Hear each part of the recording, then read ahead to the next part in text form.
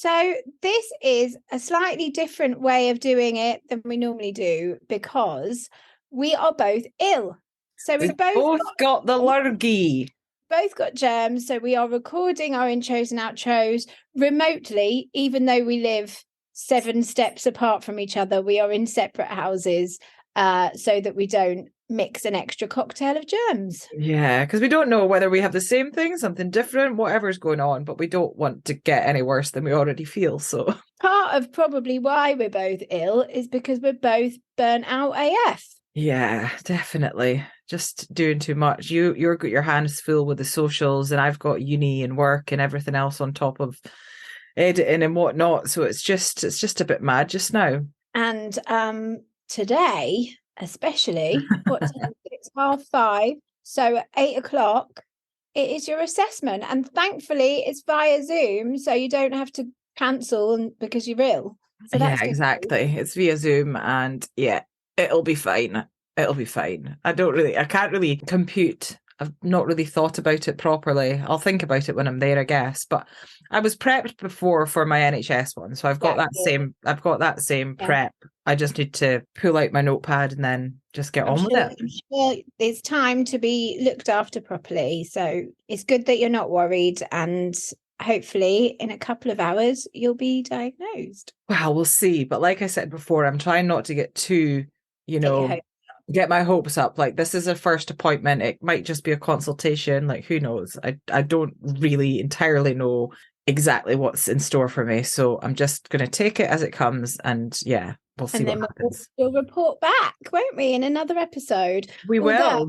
In sort of acknowledging quite how much burnout the pair of us both live in, we're going to have a slight delay because we were semi-organised enough to do a load of interviews. So rather than doing it in real time, we may just wait until Dawn breaks up for uni in 2 weeks because you have big assignments and everything going on. So it seems silly to record extra content to then edit when you've got assignments to hand in. So it'll be a slight delay, but almost real time. Yeah. We'll see how we get on, but the pressure is on me at the moment with uni stuff, so I need to get the head down. Absolutely. So that's enough about us. Yes, indeed. Let's speak about what's coming up. So we're super excited to have interviewed the wonderful Riona O'Connor. She is just an absolute joy, isn't she? Absolutely, yes. So lovely. And I just love her accent. I love her voice. It's such a cool accent. I want it. So, I mean, we probably don't really need to say too much because we don't want to take away from her time, but we are super grateful to Riona, who is an actress who moved into content creation once starting a family, and she's just gone wild. Like, all of her socials are filled with followers, and rightly so. So we absolutely love her, and we know you will too. So without further ado, let's go and see what she has to say. ADHD as females, ADHD AF, ADHD as females, the podcast. Hi, I'm Dawn. Hi, I'm Laura, and we are ADHD AF. Seriously. We are 2 neurodivergent neighbours who moved to the same street at the same time, at the same age, with the same undiagnosed disability. What are the chances? Since discovering the enormous impact ADHD has had on our lives and the horrifying numbers of missing undiagnosed females, it has become our mission to make some serious noise. We want to use our voices to raise awareness, break the stigma, and share our experiences in the hope that they help others. So join us for a chat, or as it's called up here in Aberdeen, a blether. Trigger warning, we will be covering some really sensitive topics, so please do have a read of the description of each episode before listening. It's important to note that we are not medical professionals, we're not therapists or coaches, we're not qualified to offer advice or support. What we will do is share our experiences alongside resources and information from professionals. We will talk over each other and we will go off topic and forget the point mid-sentence. We are both assigned female at birth, which means that we can only speak from the experience of life as AFAB people. However, ADHD AF is an inclusive space. Whatever your gender, you are very welcome here. Yes, you are. ADHD as females, ADHD AF. Thank you so much for joining us. Will you tell our listeners a little bit about yourself, your name, age, and occupation, please? Oh God. Okay, so You don't have to tell us any of those. You can pick what you want to. I know. I'm like, what do I do? I don't know. Who am I? So I'm Riona O'Connor. I'm 41, and I suppose I'm an actor. I was an actor in the West End for years, doing musical theatre, and then when I had kids, I didn't want to go back doing those like 6-day weeks, all the weekend hours. I'd never get to do bedtime. Although some people might say that's a blessing, but I chose to jump in with that one, and then I started to do some social media to scratch that itch of performing and using my skills, and so I'm a content creator and a voiceover artist these days as well. Amazing. You've got a very lovely voice. Where are you from? Thank you. So I'm from County Kerry in the southwest of Ireland. Yeah, lots of beaches, I think we were so lucky when we were kids. I always do the thing, like it was never a question of, do you want to go to the beach? It was like, which beach? Which beach would you like to go to? There's like about 20 beaches within like 20 minutes. It's brilliant. Nice. Lovely. That's fantastic. So how did you come to suspect you had ADHD? Well, I was chatting to a friend who is a teacher, and I was talking, doing some usual Ikea building crap story about, whatever I was building. And I was like, I obviously can't focus on the instructions. And I was trying to explain to her, I was like, I was making a joke of it, and I was like, God, this is impossible. I can't be arsed looking at these instructions. This is ridiculous. This is like climbing a mountain. And I was like, it's not that I can't read the instructions. I can read the words. I just can't stay focused on this boring, lengthy, like explanation of crap that I'm not really interested in. I just want to get to the end. I'm not interested in the process at all. It's just something that I have to endure to get there. And I just can't be dealing with the instructions. They just melt away in front of my face. And she was like, she sort of said, have you ever thought about ADHD? And I went like, oh, and it did sink in, like it went into my head. Like I remember the conversation. So it must have gone in there somewhere, but I didn't really take it on board. I didn't take it seriously. I just went, oh, I can't imagine that's anything I would have. Because, all I knew about ADHD was the very stereotypical. It's something that young boys have. They're very hyper. And I haven't a hyper bone in my body. Like I'm not hyper. So I was like, well, that's nothing to do with me. And then it sort of stayed. And I think there was a few more things that happened. And then, of course, I think maybe in January, I started to see videos on TikTok, and that conversation that I had with my teacher friend came back, and I was like, hold the phone here a minute. What's going on with this? And so I started to do a little bit of research. And as you do, you Google it, you do 1,000 Google quizzes because fantastically, they don't take a long time, which is exactly what I need. And so you can do all those quizzes. And then they were all coming back going like, well, there's probably like a 99.9% chance here that you have ADHD. And I was like, holy shit. Okay, right. Wow. That's interesting. And of course, then, as you do, you get the hyper focus on the ADHD, and I consumed all things ADHD, but nothing lengthy, no books, because obviously that's too much concentration. But like any short form information that I could get my hands on, I consumed it, and then sort of was like, wow, this could be a thing. Like this could be a thing that I need to actually consider and take seriously. And so I went privately and I got my assessment, and lo and behold, there she is, ADHD. Yeah. What has your diagnosis been? Is it combined? Is it inattentive? Inattentive. Do you feel that there's no combined sort of element? Do you have a busy mind, or is it just... I do have a very busy mind, actually. And I think when I was speaking to my therapist about this recently, and I was saying like, where my mind goes and what my mind does. And And I think also talking about how as like a child and a teenager, I think I learned masking really early because I was saying, well, I wasn't like mad and I wasn't like I wasn't any of those things. But when I think about it, then a lot of what I was told as a child and as a teenager is like, will you calm down? Calm down there, girl. Will you calm down? Or, you know, in the very Irish way, will you just chill out there now? Like, or I was told, you're very loud. You're very loud. Come on now. Like, what is it? So I sort of learned very, very young, I think. I cottoned on that, you know, you needed to be a bit quieter and getting het up is another Irish way of saying it. You're getting very het up. Whereas actually, I love getting het up. Yeah. Like, I love it. I love having a big old rant about something. And this happened. Whereas that wasn't welcome, really. Like when I was very ladylike, is it? So well, that's it. That's you're actually intense. Calm down. I was very intense. Yeah. Yes. And I think ladylike is definitely hitting the nail on the head, because that was something, you know, as well, growing up in the 80s and the 90s, we live in a massively misogynistic culture, you know, getting a bit like rowdy and a bit head up. That, yeah, it's not ladylike. It's not ladylike. So calm down. Calm down, oh love. Like, what are you getting so head up about? Like, what's wrong with you?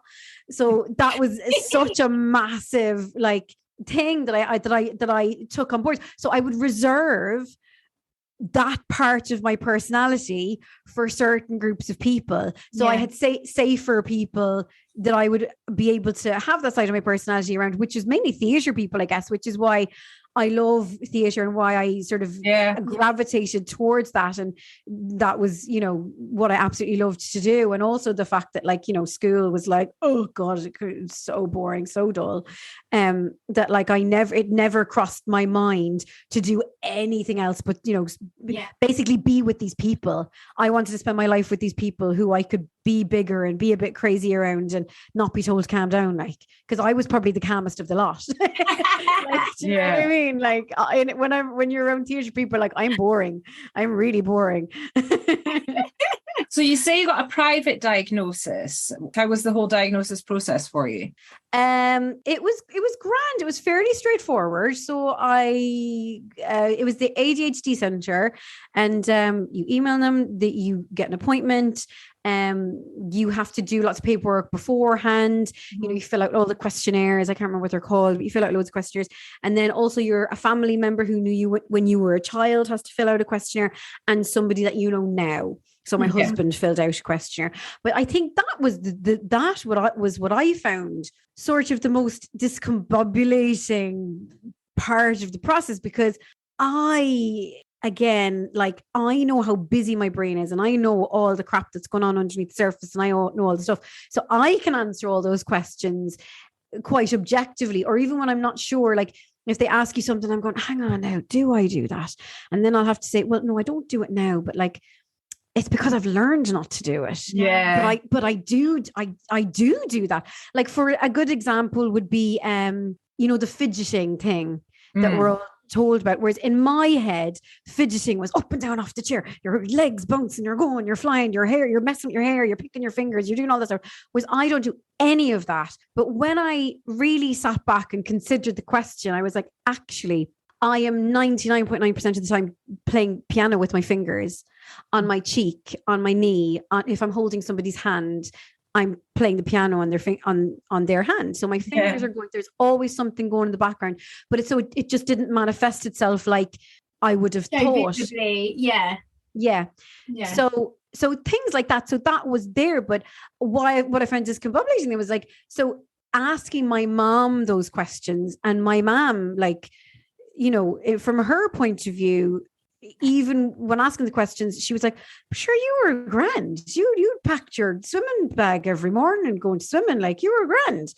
And I was like, yeah, that's interesting. Yeah. And I think from my family, like, for sure, like, I think, you know, every family, your parent is only one parent. And when there's more than one child, they have a lot of split focus. And my sister has additional needs, and my brother has lots of other issues, which they were dealing with in his teenage years. And so I was just getting on with it. Yeah. And I was absolutely fine. Like I had a very lovely childhood, but obviously I think I learned to just get on with it and to do a lot of those masking behaviors that until 6 months ago, I didn't know I was doing. Wow. It's a lot, isn't it? Yeah. It's so funny though, isn't it? The fidgety thing. Like we're both quite fidgety actually, but I notice it a lot in bed. My feet just go, or like if I'm on the sofa and I have my feet on my husband, to be like, "Are you actually winding me up?" And I'm just there, on him like that. Yeah. He's like, "What are you doing? Yeah, it's a funny one, isn't it? And I just think like we only hear about it in one way, like the seat fidgeting, whereas it can manifest in many different ways. Like, true. And that's true. And that's true with the busy mind as well, you know, like internalizing, like an internal hyperactivity. Absolutely. Yeah.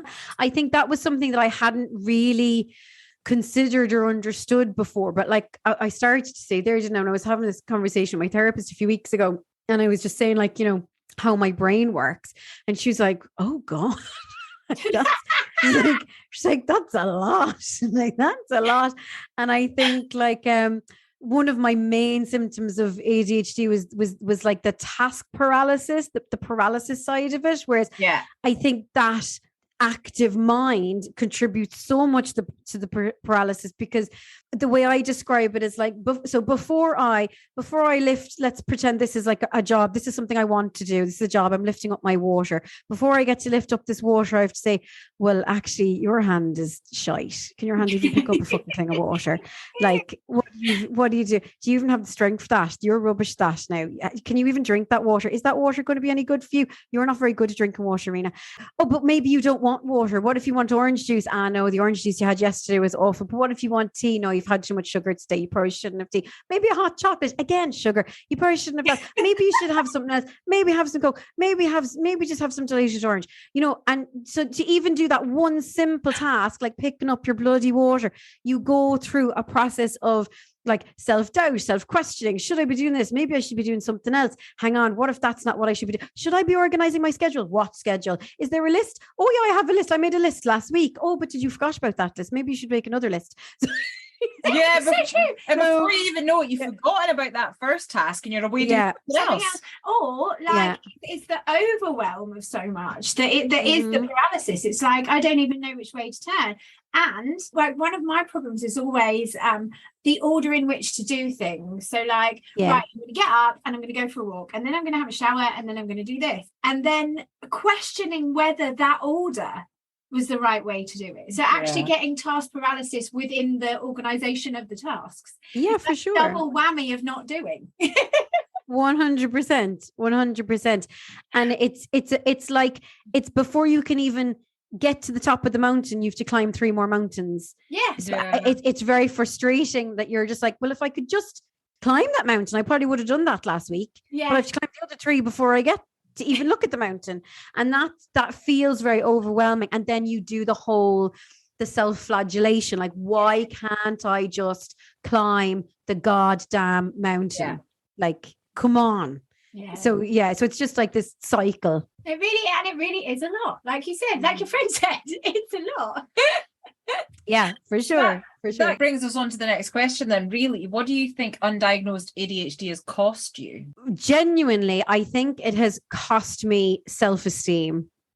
I think from a very young age, being told you're lazy and being told like, why can't you just, come on, just do it, just concentrate, come on.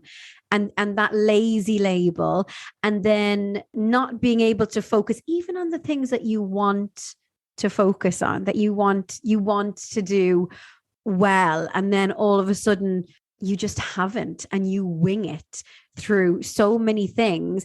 And I think that's a funny thing as well with ADHD, because I found, like, for example, the thing that I could wing the best and like never ever practice a day, but I always got on really well, was music. Now, I never practiced anything, and I would go in there and I would sight read it and I'd get on grand and I'd do really well, but I never was like straight A's. It was always like I was, settling on a B, A type of thing. So I always did really well with it, but I was settling and just getting by, and I think that has a double whammy, because your self-esteem goes, oh, but I'm not, like, there's always going to be someone better. There's always going to be, because you're not doing the best, even at something that you think is the best thing you can do. Yeah. So I think there's a lot of comparison there. It's a funny one. It's a funny one to sort of break down. It's like you say, the comparison really is the thief of joy, and we're all so guilty of it. Mhm. But also this idea of like doing your best. I've been trying to reframe that lately. It's like, actually, with everything that you have, with all of these symptoms that you have, with this brain that you have, maybe that is your best. Do you know what I mean? I started to think, like, hang on a minute. Oh yeah, well, that constant feeling of I could have done better if I had more time into it, if I hadn't have left it to the last minute. But those actually, if you do have ADHD and that's how it presents for you, you're up against it. There actually potentially isn't anything you could do about it, and that is your best. Yeah, and I think I see what you mean, and I think then until maybe you'll never be, or whatever, until you get to that point where you accept that is very like that can feel really defeated. You're like, oh my God, so I'll never get to where I want to be. This is it. Then I need to get on board with I am less than in some way, even though that's not what it is. No. But because I think we're always told to strive for your best, strive for this, that, or the other, that if all of a sudden you go, okay, well, I can't strive for that, maybe, so I strive for a little bit less than that, even though it's not true. I don't know if it's the afterwards. Do you see what I mean? So like, I'm with you, 100% with you. Go, no, that's the best. I'm trying to reframe it. Looking at things that you've done and realizing that you've done a good job, giving yourself praise for those things and be like, actually, there isn't much better I could have done. That in itself is really fucking good. I'm giving myself a hard time and thinking it's not good enough and thinking I could have done better, when actually what I just did is fucking amazing. It's giving yourself praise and credit where credit's due, which is very 100%. And I think one of the other like why it's so important as well, because I mean, for me, certainly one of the massive like ADHD symptoms is the self-criticism and the viciousness of the self-talk. So it's very hard to give yourself grace in any way, shape, or form. Whereas we all know, if our friend was in the room having the same conversation with us that we have with ourselves, we'd be like, don't you dare say that. You're amazing. You're incredible. You get up, you work it. You're amazing. Like nobody could have done that like you. And then, but to ourselves, not a hope. Like we would never dream of giving ourselves that grace. Like no way. So true. Yeah. What has changed for you since diagnosis? And actually, before I go into that one, when were you diagnosed? How long ago? Oh, really recently. So I think I had my diagnosis in March, about 6 months ago. Okay. 6 months ago. And as think, you said, you got seen sort of straight away. So you found out about it, got in and it happened all really quickly. Yeah, really quickly. But then, of course, because I did, the typical ADHD thing, I got overwhelmed with the information. I was delighted to have the information at the start. And I was like, oh, I have ADHD. I can research now. And I know I'll figure it all out now. And then immediately got bored. Then I was like, oh, I'm so over it. I don't want to talk about ADHD ever again. I'm bored with it now. So then sort of forgot about it for another 3 months. And then in June, when I should probably address this, I should probably revisit this and do something about it. And it was at that point then that I sort of thought, okay, well, maybe I need to think about going down the route of medication and see how that would or could potentially help. And so that's where I am now, because I'm in the process of I'm waiting for an extra cardiology appointment because we have a family history of heart issues. So I have to do the extra thing of the cardiology appointment, where the ECG was brilliant. We did it in my local doctor's surgery, took 2 minutes. It was so easy. All the rest of the checks were really, really easy. So just for anybody else worrying about that, I did it all in the NHS in my doctor's office within 2 minutes. It was very, very easy. I just have to have this extra one, which I'm waiting on now and might take God knows how long, but I'm excited to do it still nonetheless. Like I'm mostly excited to see if it can help with this paralysis stuff and this focus thing that I lack. My brain is like everywhere except where I want it to be. Yeah. So what do you think has changed for you since diagnosis? I think very, very slowly. Like there's been no quick change, but there's been very, very slow, like drip, drip, drip of a little bit more self-compassion and a little bit more understanding. And also understanding that even though I might resist a certain amount of structure within my work day, that I might need it. And just sort of taking on a few more tools, which I was like, Ash, that won't work for me. Very, very slowly thinking, well, maybe it might, Riona. Just, maybe it might. So, and just trying to allow myself to, what's the word I'm trying to look for? Allow myself to bat away those intrusive thoughts a lot more. And being very forgiving of myself, like actually with the practical things in my house. Like I remember jokingly saying to my friends, they came over there maybe a year ago, and I had all these frames on the floor in the sitting room where all I needed to do was print the pictures out, put in the frames and hang them up. And they were like, oh, they'll be fabulous. And I was like, yeah, but that's going to take me a year. Like that's not going to happen. And we hung them up last weekend. Not a year later. And I'm like, it's no joke. Like this is the reality. Everything takes a really, really, really long time. And I think just allowing myself not to ridicule myself for that or punish myself for that, but just going, look, sometimes that's the way it is, and that's fine. There's nobody dying. It's grand.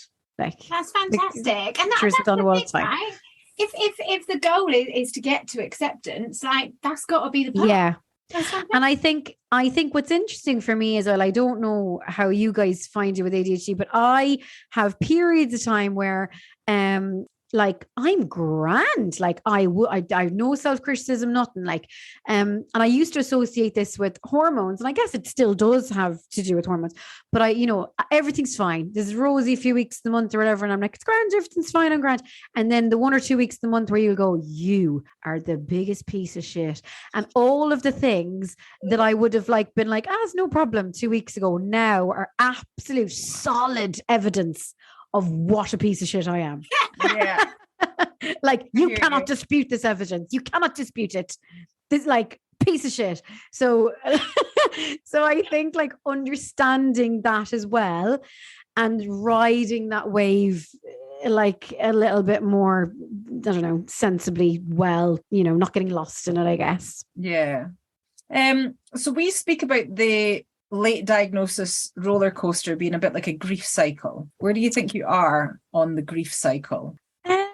Do a lot of people relate this in terms of like childhood, like about what you've lost about yourself a little bit? Well, I mean, so one of the phrases we found, and I can never remember where from, but there was this really fantastic word called relief. Yeah. So like when you get diagnosed, you're relieved, but then you have to grieve for all the people that let you down, or the life that you might have lived, and all of that business.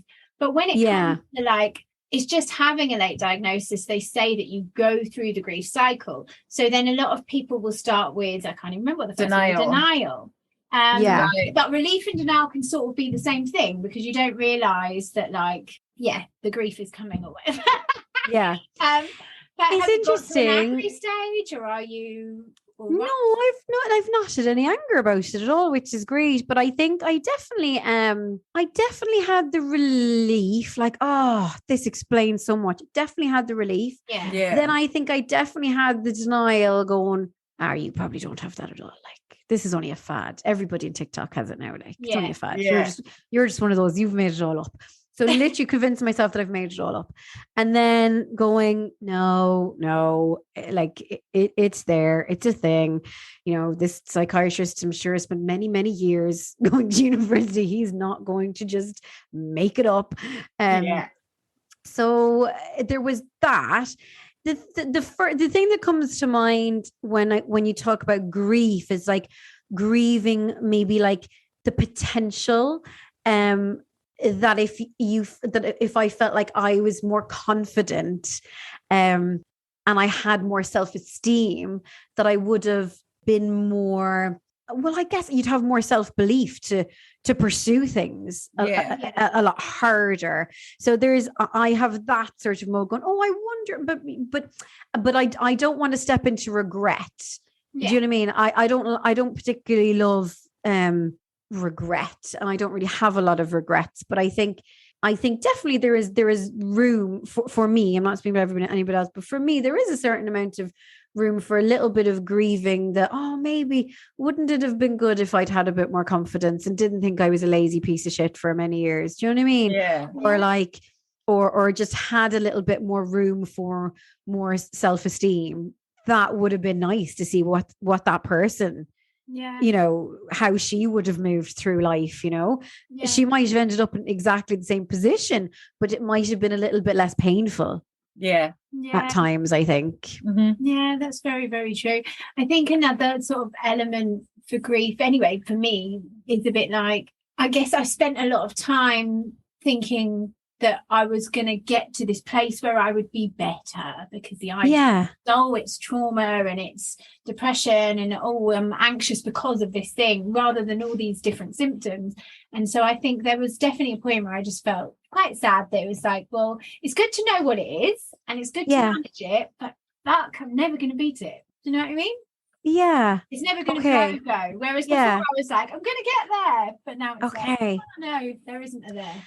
That's so funny. That's so funny, because maybe then I'm still living in this, like, maybe I'm not quite there yet. Maybe I'm still in like a little fantasy land that I go, well, when I get these magic pills, that's going to help my focus. I'm going to be such a different person. Don't take that away from yourself, because they do really, really help. The ones that I have really massively helped me. And the success rate is huge, isn't it? It's like 70-80%, something like that. Yeah. So they work, you know, as long as you get the right ones, and that, you know, they work, like you said, you've got to have your right checks and everything. And the improvement is absolutely huge. I mean, for me, I had such bad task paralysis, I basically didn't do anything for a couple of years. And if anything, I've gone quite the other way. She doesn't stop.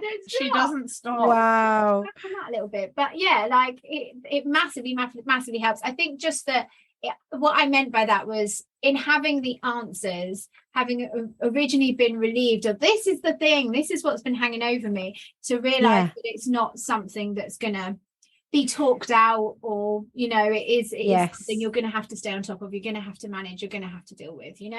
I hear that. And I think definitely like just understanding these things about yourself gives you a lot of relief. Like, one of the things that stands out for me is being able to retain information.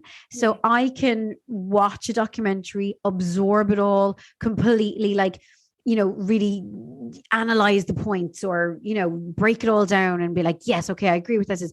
And then someone the next day will ask me, well, you know, so what was that about? And or, you know, tell me about that. And I'm like, oh, I don't know. I don't know. It was very, like, when I was like, well, it was very good. And I agree with everything. And I think that's the conclusion, and that's the correct conclusion. They go, why? And I'm like, I don't know. Couldn't tell you, no idea. But I do, you know what I mean? I just can't retain the information. It's just not there. Like, but then on certain things I do retain it, you know. And then the other thing that I think really helped me understand and try to be a bit more gentler with myself is the sort of the differentiation between your periods of hyper focus and burnout, and how they can just come so quickly. And you're like, what the fuck? I was doing loads yesterday. And also the redefining what burnout is, because we think burnout can only result of go, go, go, go, go. I'm doing 20 things. I've got 5 jobs. I've got 20 kids and 5 cats. And, you know, I'm going. And that's the only way you can be burned out. Like, you're not allowed to be burned out unless you're doing everything. So redefining what that is for me, you know, that might just mean, like, burnout might mean I'm doing crazy things. It might mean I have a week of like lots of creativity and I see lots of people, and then all of a sudden I'm like, Jesus, get me in a hole. I don't want to see anyone again now for another week, you know? Yeah. Absolutely, that's a really good point, isn't it? Mm-hmm. Yeah, my burnout just comes in thick and fast. 1 minute I'm spinning 50,000 plates, and the next minute I'm so tired I feel sick. It might be something to do with hyper focusing on a website, creating an entire website from scratch in 4 days. Online store in 4 days. That'll do it. Twice because I just passed out at like 3-4 in the morning with the laptop in front. Oh my gosh. Now I'm that'll so do tired, it. I want to cry. It makes sense. There you go. Yeah. It's a good website though. So it is a brilliant website. So if you could implement change to the diagnosis process, what would it be? Obviously your diagnosis process was a lot simpler than some people are having, me being one of them. But do you think there's any changes that you could see that you think are unnecessary or? Again, mine was very simple, so I don't have anything really to compare it to. But what I will say is that I didn't particularly enjoy how my partner and my mother seemed like the gatekeeper for my diagnosis. I didn't like that. I felt like, well, because of the masking, because very, very good at masking, I felt like, well, basically I had to go back and talk my mom. Like she couldn't just read the questionnaire and be like, because she would have taken note to everything. Yeah. Like everything would have been a no. And I'd be like, well, no, that's at least 10 of those there are definitely not no's. So I had to like walk her through it and go through like examples and how like scenarios that how I experienced the scenarios as opposed to how she experienced the scenario, which is all, well and good if you have a family member who's willing to listen and understand or has any capacity for listening and wanting to experience that with you. But lots of people won't have that. And then also, even with my husband, I think my husband is a little bit neurodivergent as well. So his experience of me doing something, he'll be like, oh, I had no idea, no idea. Yeah. So, and that's not that either of those people weren't paying attention or that either of those people were oblivious or, not caring or anything like that. It's just, they can't see what's going on in your head. Nobody knows what's going on in your head, and everything is based on perception and how they see it, especially time as well, rose tinted glasses and all the rest of it. If you're thinking back, I can imagine if you were thinking back to your child's childhood, you'd remember them as happier, or do you know what I mean? You wouldn't think, of course, oh, I've missed something. Yeah. So I think that for me, I didn't really like that sort of. It just felt a bit gatekeepery to me, and I had to talk them both through it, and I think that's a luxury that I had, but other people won't have that. And I think if anything, if that can't be changed, then I think it should be explained beforehand that whoever's doing these questionnaires with you, they might need a little bit of hand holding, and therefore you might need a little bit of hand holding, because I think sometimes with ADHD you don't even understand your own symptoms, so how can you help somebody else see them? So that was something that I found like it was a sticky one. It was a sticky one. Really good point. So tell us some positive sides of ADHD since diagnosis in the world, anything. Positives, interesting. There might not be any. If you can't see any. My immediate answer is like, I don't see being diagnosed as ADHD as in any way negative. Like there's nothing negative about it for me, because I am who I am. That's not changed. There's nothing different there. Like I'm the same person I was in February. Like, I mean, I'd love to remove my brain, flick a switch and put something else back in, but that's not going to happen. So I don't see any negatives about being diagnosed with ADHD other than I have a roadmap now of what's going on in there and a little bit of a clearer guidance system. So I guess the way that I don't see any negatives, I don't see positives either, other than a lot of people say like, the creative, the bursts of energy, that's brilliant. But for me, then I think it's like, but the self-esteem stuff sort of balances that out a little bit too much for me. So like, I wish it didn't, but just does. Lightly. Just a tad. And but like, so I mean, I don't know. Like, I think what you said about, bit by bit, drip by drip, you're being kinder to yourself. Like that's a huge positive. Yeah. Yeah. Like that's really great. Oh, that's the positive about the diagnosis for sure. Yeah. About the ADHD itself, I feel just like quite neutral. yeah. Like Yeah. it is what we're it very is. much like that. Yeah. There's Yeah. it's hard to see positives when you've got a brain disorder, I think the thing is, though, it's like a lot of people want to say, oh, you know, it because of the creative stereotype. And there are a lot of us that are creative, but there are some that aren't at all. Yeah, for And sure. so when people say, oh, you know, it's my creativity or my humor is ADHD, we don't like that because we feel like at some point you have to have a personality in all of this, right? So I'm not going For sure. give the positive attributes of my personality to ADHD. I'd like to think that's my soul. That's yours. You know? That's part of your soup. Yeah. So for me, I don't have any negatives and I don't have any positives. It's not that it's not that there's negative. I don't really see. It just is like the diagnosis. It just is. So that's sort of how I feel about it. Yeah. Is there anything else you would like to add?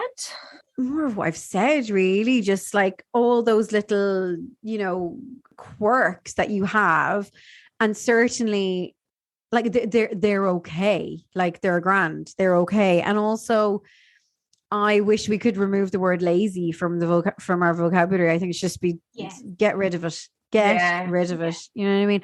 I think it's had such a damaging impact on so many kids when, you know, it doesn't really mean anything. You're not lazy. You might be distracted. You might be uninterested. You might lack focus, but it's not laziness. Or sometimes it could be just resting. You could be resting. Yeah, could just be. You know, there's so many different ways that laziness is just stamped on so many different things. And I think for me, that was so damaging as a kid, like being told you're lazy when you're like, actually, I'm just bored, or this isn't interesting, or just I need a rest, or this doesn't interest me. I'd prefer to do something else that brings me joy and that I love, and then I can get stuck into it. Like, you know, you've really given some different perspectives. Quite often, you know, because we do ask the same questions and we're asking people that have all gone through similar experiences, but actually you've really shared some very different points that we've not heard before, especially with you would change the family being the gatekeeping. That's a really, really brilliant point. Yeah, isn't it? absolutely.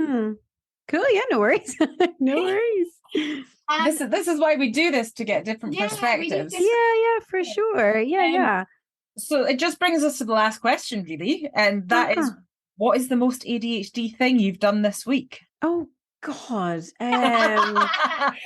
Oh, sweet Jesus. Like I'll forget what it is anyway. I know. Oh God. For me, I guess I don't have a very exciting answer. For me, it's the wanting to keep a routine, but not keeping a routine. Yeah. It's like desperate. I'm going to do this now, and then I'm going to do this, and then I'm going to do this. And then literally it's gone within like 5 minutes. I just can't. I mean, like, I can keep routines in terms of like, you know, my kids and like my day, and I like to get up and this time and blah, blah, blah. Like, but in terms of like the work, creativity side, like, you know, I'll say I'm going to plan a week's worth of content. I'm going to get out there. I hope, like, I'm day to day flying by the seat of my pants every single day, and I so desperately would love to change that in some way, but it just doesn't happen. Like, it just doesn't honestly happen. I've been saying for about a month now, I'm just going to have a day where I plan out all the posts, I'm going to get all the social media done, and then I don't have to do it every day, and the day just hasn't come.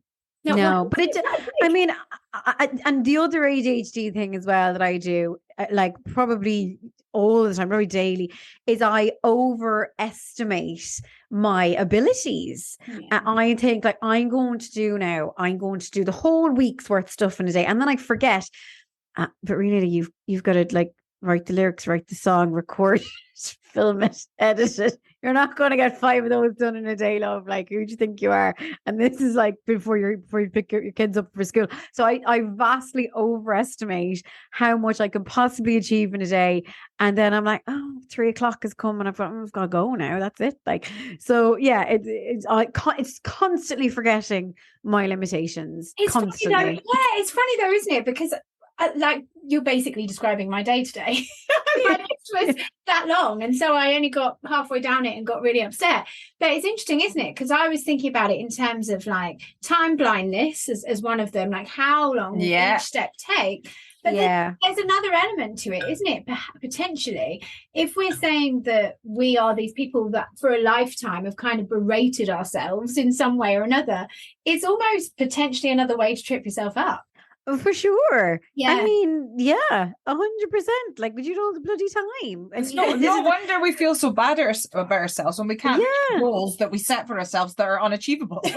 Well, yeah, I mean, shocking. Shocking. Your evidence. We're all pieces of No, it's because we're setting unrealistic goals for ourselves. I know, but we're doing it so we can have that evidence of the belief. Yes. Yeah, absolutely. Yeah. We like to lay down that evidence. Like, indisputable. Like, yeah. Thank you so much for joining us. It's such a pleasure to meet you. We're really no worries.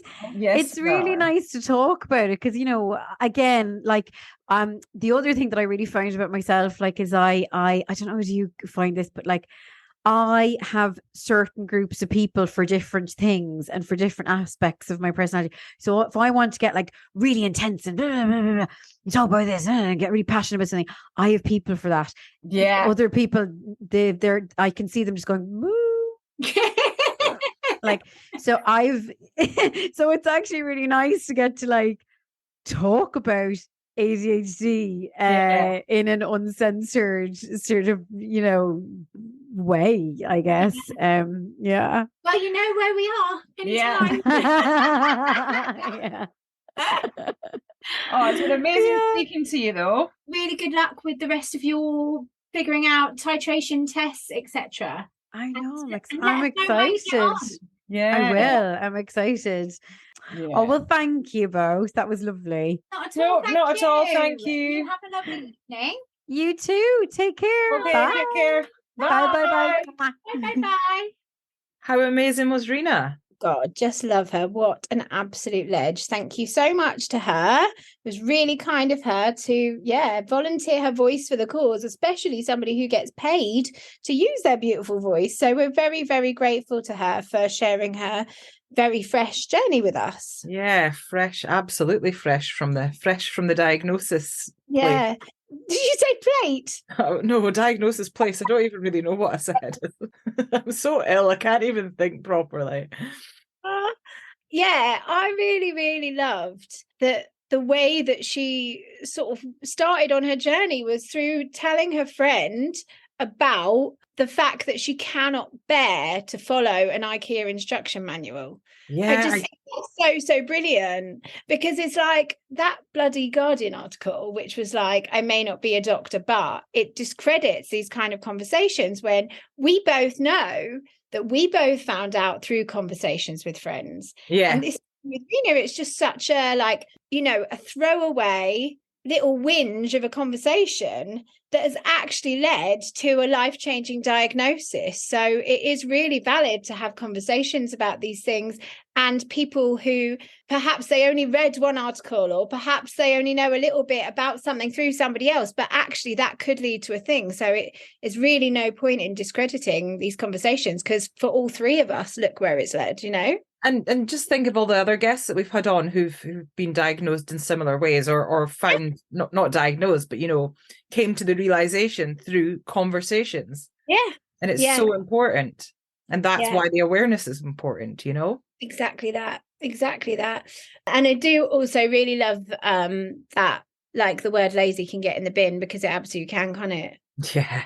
It really, really can. I've called myself lazy God knows how many times throughout my life. I still do. I still use that word. Well, maybe not to that sense, but the thought goes through my head, and it's a horrible word, because you're not lazy. It's just not in any way useful. Like, what does it do? It's just this horrible word to further berate either yourself or somebody else, when actually you're up against it. It's not Yeah. like a choice. If you're in task paralysis, etc., like it's not like you're saying, oh, I can't be bothered to do this. It's like an actual paralysis. It's, you know, it's not at all useful. And there was something else that I really loved as well. And of course, I've bloody forgotten it. What was it?